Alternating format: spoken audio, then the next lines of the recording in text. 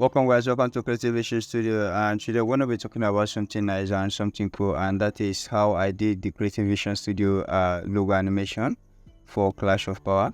So this is Creative Vision Studio logo in case you don't know. And I did this extrusion in which I'm going to be showing us in Cinema 4D later on, but this I did in Cinema 4D and I imported the model into Blender. So we're just having two model and that is this and this.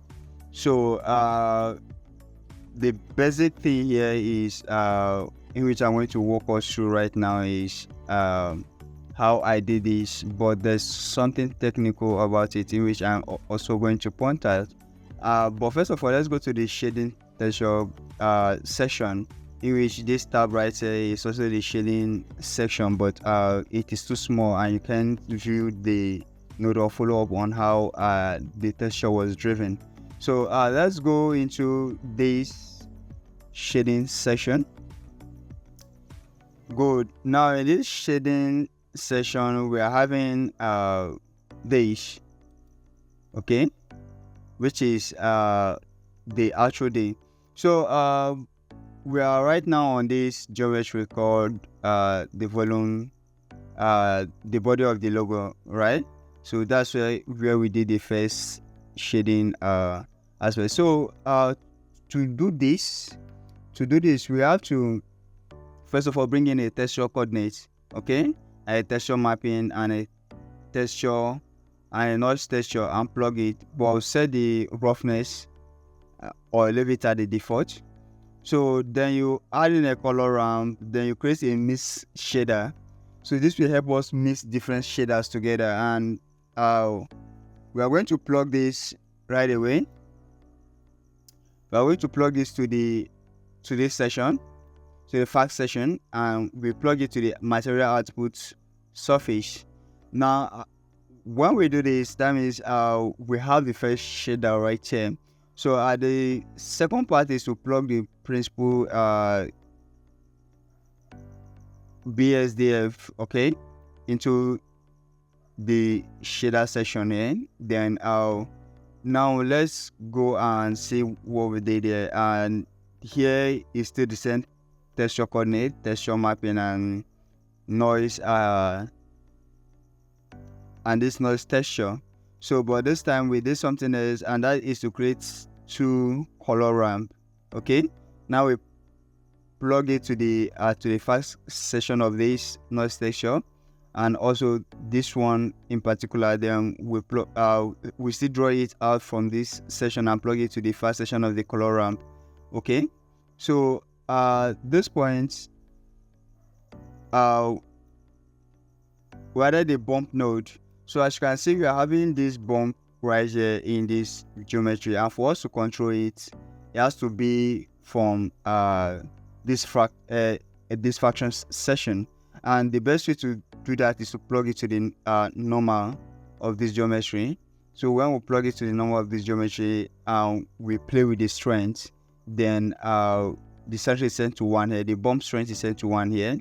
Then you clip this. You also set this to 0.5, or you play with it. Just play with this. That's the best advice, guys.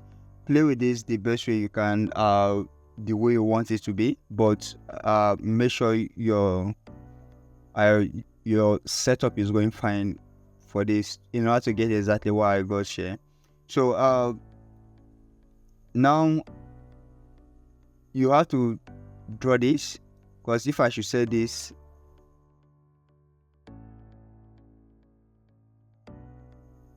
have to bring this close.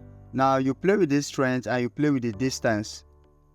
Okay, so the distance determines the depth of this bump map. Okay, only the distance can determine that. So you play with this. Okay, so now you can see we are having this nice extrude. Okay, now you play with the strength also, because the strength also determine how hollow this will look, right? So you play with the strength also, and for this we are having this. And now the next thing to do is to plug an emission to this shader right here. So you play with the strength of that emission, and that is the best way to do it, guys. And method is okay. So right now you can see that this is at 0, okay. So but this is animated in my timeline, and when the emission strength comes up and when it goes down. So if I should go to our timeline, when we start having this color in the border of the geometry, so I'm just going to come from here and go back to shade editor. Then you can see that this strength is no longer at 0, it's at 49. So I added an emission to this, to the shader, and so I animated the emission. Now we are having a particular color on this. So if I should take off these point lights, that's what we are having. So now guys, I'm going to show us the next thing I did here, which is, let's go to the curved eye section of this, which is the polygon section. And this is just simple, guys. This is just simple, guys. So you just have to increase the emission strength and set the emission color to this one we are seeing right here. So sorry if you are new in Blender, I'm just explaining this all fast and the best way I can to explain this. So I'm just trying to make it more basic. Now we are going to look at something else I did here. So the next thing I did is to have right here. So the next thing I did is to have this point light. As you can see, we are having a constraint attached to it, okay, and that constraint is this Bezier circle we're having right here. So now we have our light attached to it, okay. Now when we have our light attached to it, I'm just going to turn on the render. Now you can see this point light here is giving us, you can see the point light over here, okay. It is giving us this blue color.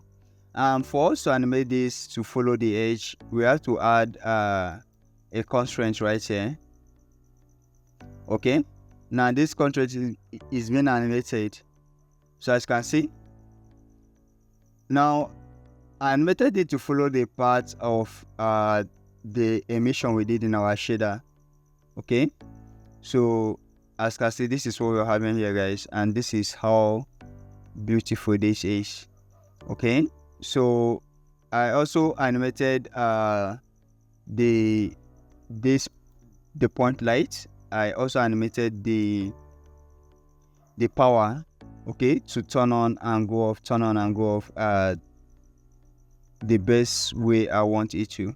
So it is that simple, it is that nice, and it is something else you can also do at your own time. So just following this basic thing I did there, and you can get creative with your own kind of geometry or what is it you want to do. So